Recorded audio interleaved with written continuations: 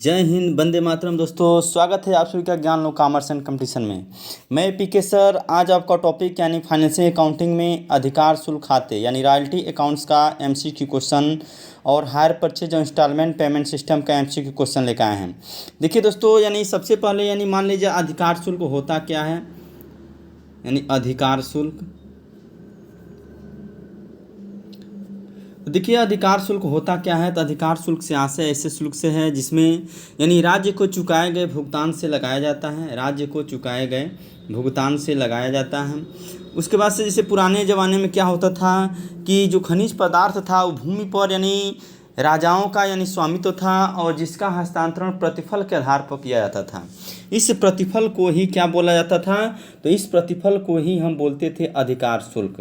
यानी स्पष्ट शब्दों में हम कह सकते हैं कि अधिकार शुल्क से आशय ऐसे शुल्क से है जिसमें यानी किसी निश्चित प्रतिफल के बदले यानी किसी भी अधिकारों का यानी हस्तांतरण किया जाता है, उसे ही बोलते हैं अधिकार शुल्क। और इसकी गणना उत्पादन की मात्रा यानी अधिकार शुल्क की गणना यानी उत्पादन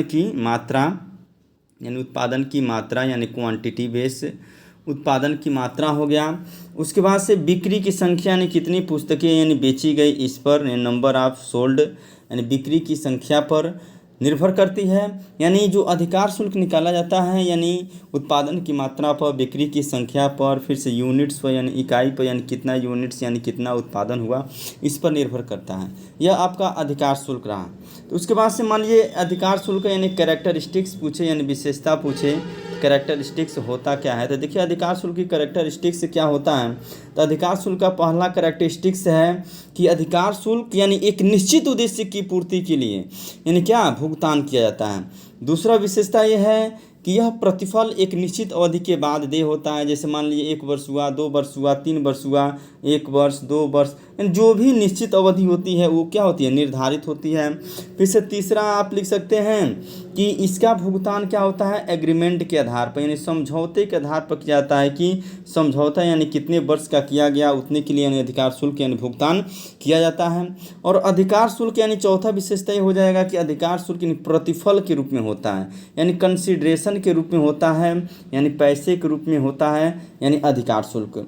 उसके बाद से नेक्स्ट विशेषता ये हो जाएगा, पांचवा विशेषता हो जाएगा कि इसकी गणना, तो इसकी गणना यानी उत्पादन के आधार पर की जाती है यानी कितना वस्तु यानी उत्पादित की गई, या बिक्री के आधार पर की जाती है यानी कितना वस्तुएं बेची गई, या दर के आधार पर यानी क्वांटिटी यानी यूनिट के आधार पर इसकी गणना की जाती है। यह इसका विशेषता रहा। उसके बाद से दोस्तों यानी पूछता है कि अधिकार शुल्क यानी रॉयल्टी और रेंट में अंतर बताइए। तो रॉयल्टी और रेंट में अंतर क्या होता है। तो रॉयल्टी और रेंट में यही अंतर होता है कि पहला जैसे मान लीजिए अधिकार शुल्क यानी किसी मूर्त और अमूर्त दोनों संपत्तियों का क्या होता है, प्रतिफल होता है। इसमें किराया क्या होता है, तो केवल यानी मूर्त संपत्तियों का ही यानी किराया वसूल कर सकते हैं। जैसे मान लीजिए आपका बिल्डिंग है, वो क्या है, मूर्त है, उसको देख सकते हैं, छू सकते हैं, टच कर सकते हैं, उसका किराया क्या वसूल किया जा सकता है, इसलिए उसका यानी वो प्रतिफल होता है। फिर से भुगतान, जो रॉयल्टी का भुगतान होता है यानी इकाई के आधार पर की जाती है, किसके आधार पर, यूनिट बेस के आधार पर की जाती है। और रेंट का जो भुगतान किया जाता है डेली वाइज की जाती है, डेट वाइज की जाती है, साप्ताहिक की जाती है, मासिक की जाती है, वार्षिक की जाती है। उसके बाद से उपयोगकर्ता, तो अधिकार शुल्क का उपयोगकर्ता पट्टेदार होता है और संपत्ति का उपयोगकर्ता यानी यदि भवन है तो उसका उपयोगकर्ता कौन करेगा, यानी किराएदार करेगा। फिर से न्यूनतम किराया, तो अधिकार शुल्क में यानी न्यूनतम किराया यानी भुगतान की शर्त रखी जाती है और किराए में यानी भुगतान शुल्क यानी न्यूनतम किराए की यानी कोई शर्त नहीं रखी जाती है। उसके बाद से नेक्स्ट है, जैसे मान लीजिए नेक्स्ट आपका है कि अधिकार शुल्क संबंधी मान लीजिए शब्दावलियाँ देता है कि न्यूनतम किराया पर यानी टिप्पणी लिखिए। न्यूनतम किराए पर क्या लिखिए, टिप्पणी लिखिए। तो न्यूनतम किराए को देखिए मृत किराया या स्थिर किराया भी कहा जाता है। और न्यूनतम किराया से उस राशि से है जो पट्टेदार, प्रकाशक या संपत्ति के प्रयोगकर्ता द्वारा संपत्ति के स्वामी को एक निश्चित रूप में चाहे उत्पादन कार्य हुआ हो या न हुआ हो यानी क्या भुगतान किया जाता है, उसे ही बोलते हैं क्या, तो न्यूनतम किराया। उसके बाद से होता है लघु कार्य राशि यानी शार्ट वर्किंग। क्या होता है, लघु कार्य राशि यानी शार्ट वर्किंग। तो लघु कार्य राशि को देखिए दोस्तों ये न्यून खनन भी बोलते हैं। यानी जब अधिकार शुल्क की राशि न्यूनतम किराए से क्या हो, कम हो। जैसे मान लीजिए अधिकार शुल्क जैसे मान लीजिए 5,000 है और और जब अधिकार शुल्क की राशि न्यूनतम किराए से क्या हो, कम हो, और न्यूनतम किराया मान लीजिए आपका कितना है, जब अधिकार शुल्क राशि न्यूनतम किराए से कम हो यानी 6000 है, तो इन दोनों का जो डिफरेंस 1000 होगा वही आपका क्या होगा, यानी लघुकार्य राशि होगा। उसके बाद से यानी लघुकार्य राशि के लिए सूत्र होता है दोस्तों, यानी शार्ट वर्किंग इक्वल टू होता है यानी आपका मिनिमम रेंट माइनस रॉयल्टी। उसके बाद से नेक्स्ट है आपका यानी सरप्लस यानी आधिक्य होता क्या है, तो आधिक्य यानी सरप्लस होता क्या है, तो जब अधिकार शुल्क की राशि न्यूनतम किराए से क्या हो, अधिक हो, तो कम होगा तो लघुकार, अधिक होगा तो क्या होगा सरप्लस, या उसको आधिक्य बोलते हैं, यानी सरप्लस इक्वल टू हो जाएगा, यानी सरप्लस इक्वल टू हो जाएगा आपका रॉयल्टी माइनस मिनिमम रेंट। क्या हो जाएगा, रॉयल्टी माइनस मिनिमम रेंट। उसके बाद से दोस्तों यानी नेक्स्ट है आपका लघुकार राशि। जैसे पूछते लघुकार राशि पर टिप्पणी लिखिए, तो लघुकार राशि होता क्या है, तो लघुकार की वसूली या शोधनीय वसूली, यानी जब लघुकार होता है तो लाभ होता है तो उसकी पूर्ति करते हैं, तो उसे ही बोलते हैं यानी शोधनीय लघुकार राशि। यानी वह आपका टाइम निश्चित रहता है कि 4th ईयर में पूर्ति करना है, कि 2nd ईयर में, कि 1st ईयर में यानी पूर्ति करना है। उसके बाद से नेक्स्ट है अधिकार शुल्क संबंधी प्रविष्टियाँ। तो देखिए अधिकार शुल्क संबंधी प्रविष्टियाँ यानी अधिकार शुल्क संबंधी प्रविष्टियाँ यानी 2 की पुस्तकों में की जाती है, यानी पट्टेदार होता है एक यानी पट्टेदाता होता है। पट्टेदाता यानी पट्टेदार का मतलब यानी जो पट्टा लिया है, अब पट्टेदाता का मतलब यानी जो पट्टा दिया है। तो पट्टेदार को यानी लेसी बोलते हैं और पट्टेदाता को यानी लैंडलॉर्ड बोलते हैं। तो उसमें यानी अधिकार शुल्क से संबंधित यानी 3 स्थितियां उत्पन्न होती हैं, यानी जब अधिकार शुल्क की राशि न्यूनतम किराए से कम हो, जब अधिकार शुल्क की राशि न्यूनतम किराए से अधिक हो, और जब अधिकार शुल्क की राशि न्यूनतम किराए के क्या हो, बराबर हो। तो तीनों कंडीशन में अलग अलग एंट्री की जाती है, और यही सेम कंडीशन आपका यानी लेसी में भी होता है और आपका लैंडलॉर्ड में भी होता है। उसके बाद से इसमें एनालिटिकल टेबल बनाया जाता है क्वेश्चन से पहले। सबसे पहले ईयर होता है, आउटपुट होता है, रॉयल्टी होता है, मिनिमम रेंट होता है, शार्ट वर्किंग होता है, सरप्लस होता है, सरप्लस रिकूब हो, शार्ट वर्किंग रिकूब होता है, अनरिकूब ट्रांसफर टू पीयर होता है, पेड टू लैंडलॉर्ड होता है। यानी इतना कॉलम आपका क्या होता है यानी एनालिटिकल टेबल में। उसके बाद से दोस्तों देखिए यानी समय न लेते हुए सीधे डायरेक्ट हम चलते हैं यानी क्वेश्चन पे। इसमें देखिए क्वेश्चन दिया है कि न्यूनतम किराया उसी समय दे होता है जब अधिकार शुल्क की राशि क्या हो, यानी कम हो। या आपका ऑप्शन सत्य है कि असत्य है, या आपका ऑप्शन क्या है, बिल्कुल सत्य है।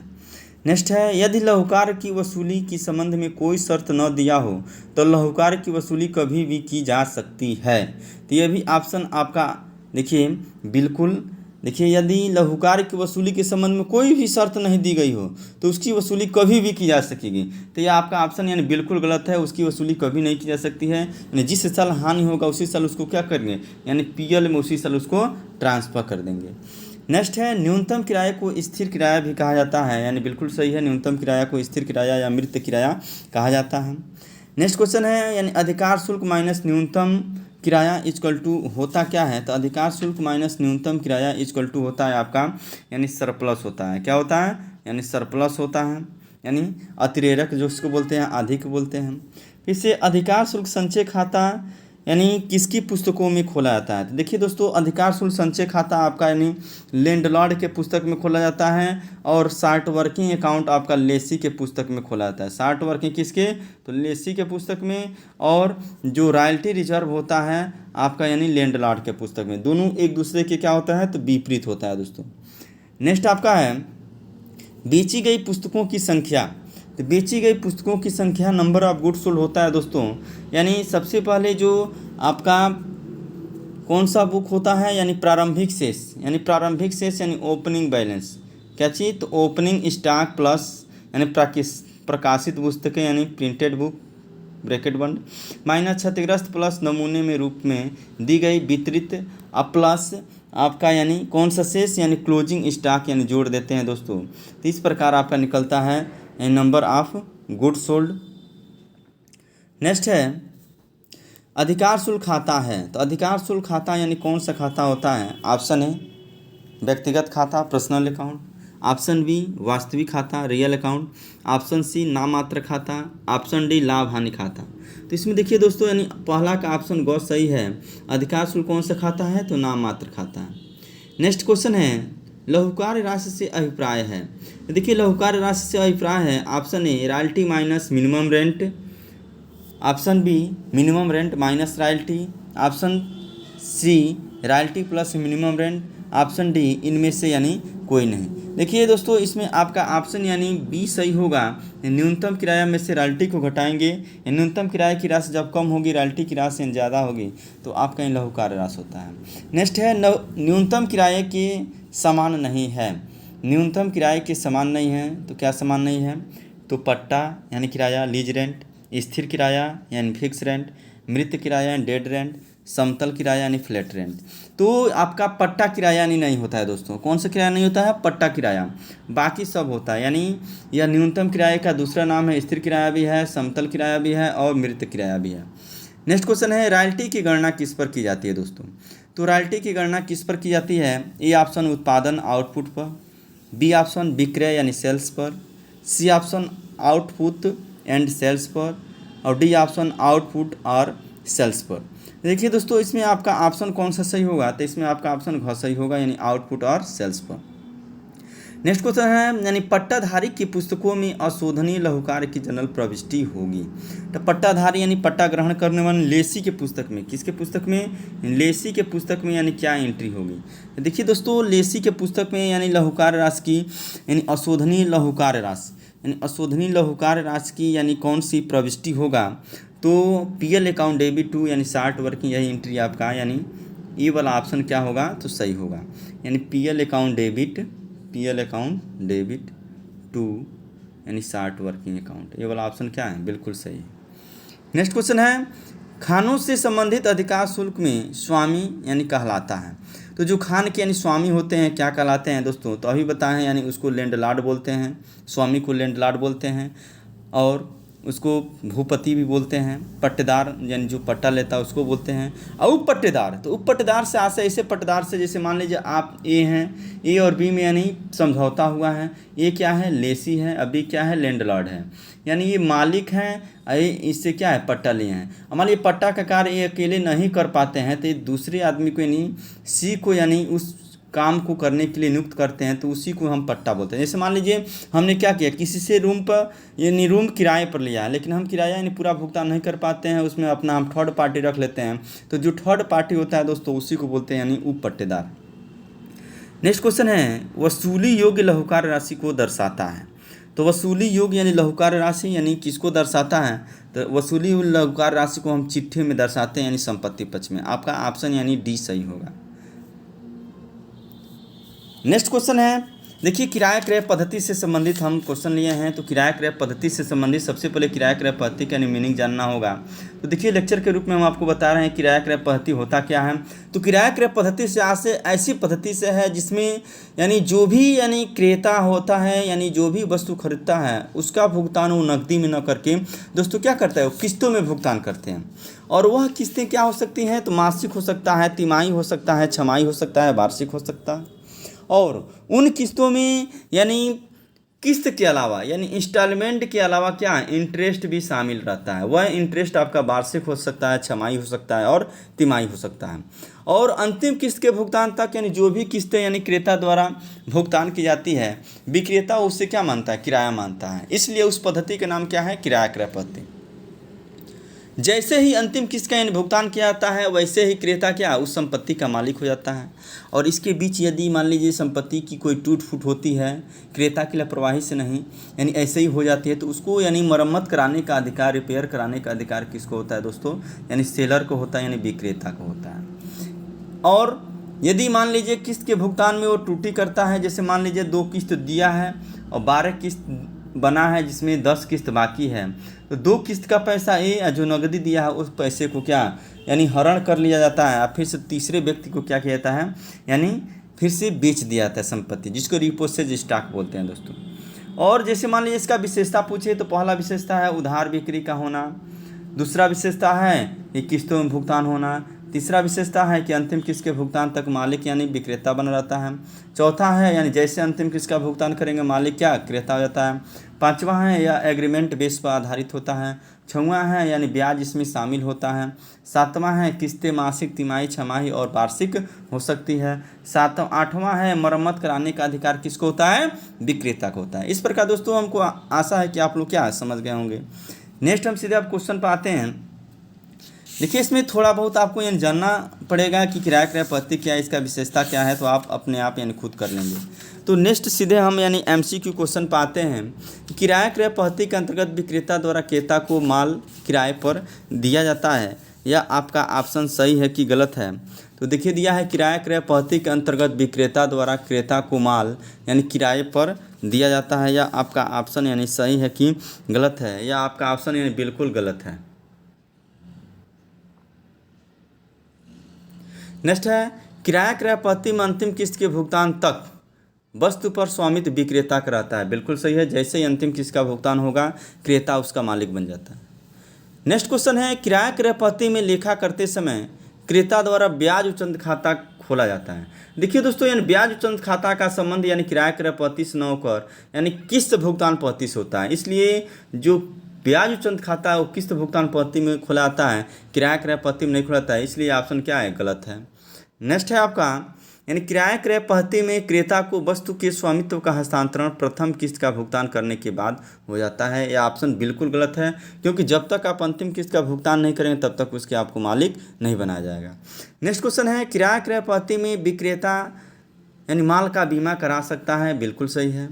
नेक्स्ट क्वेश्चन है किराया क्रय पद्धति के अंतर्गत भुगतान की जाने वाली अंतिम किस्त में केवल नगद मूल्य सम्मिलित होता है, यानी बिल्कुल गलत है।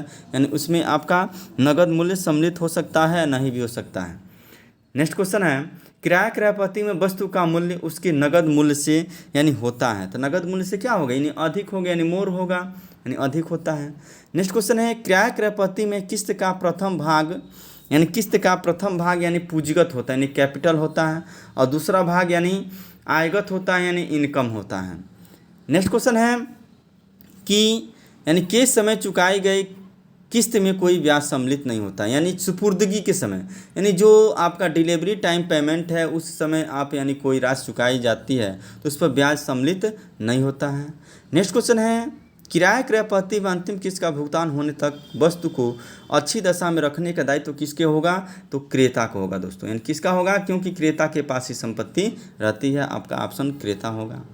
नेक्स्ट क्वेश्चन है पद्धति के अंतर्गत यदि क्रेता किस्त का भुगतान नहीं करता है तो विक्रेता को माल को वापस लेने का क्या होता है? अधिकार होता है। तो किस पद्धति में?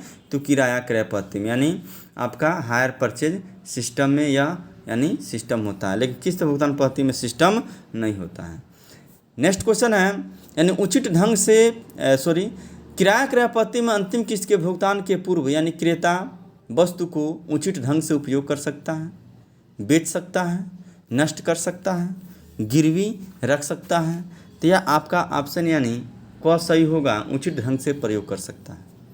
नेक्स्ट क्वेश्चन है वस्तु विक्रय अधिनियम लागू नहीं होता है।